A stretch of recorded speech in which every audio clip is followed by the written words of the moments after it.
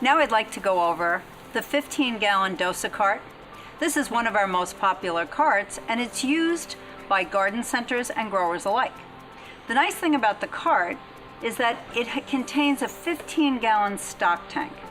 And the stock tank allows you to take more of the Nature Source solution with you, so you don't have to replace it as often when you're trying to fertilize. The basic cart comes with a hookup kit, the filter, that's a pre-filter before the injector. Then you have your check valve, and then on the outward bound side you have more plumbing, and this is where you'd hook up your garden hose.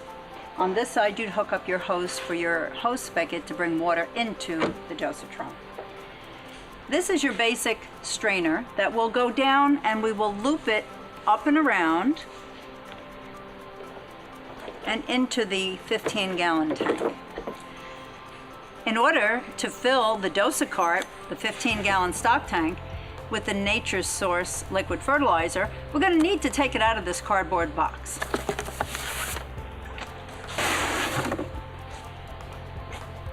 The plastic container comes right out of the box. Unscrew the lid and take it and pour it into the 15-gallon cart. A couple of features of the Dosa Cart is that the Dosa Cart is also a blow molded plastic cart, so it won't rust.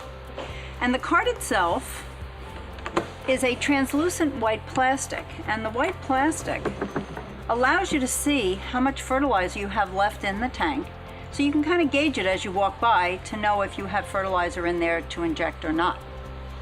The other thing that the cart has is it has a drain at the very bottom, so that all of your solution and your tank can be cleaned out periodically as you need to.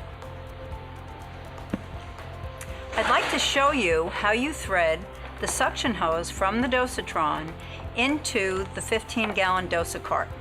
It's really simple.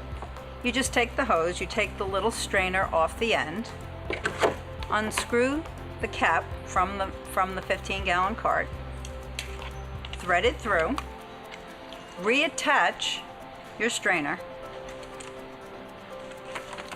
and put that down inside your 15-gallon stock tank. You want it to go down to the bottom so that you're sure to be able to get all of the Nature Source fertilizer that will be at the very bottom. And then just re-screw it on, and you're all set.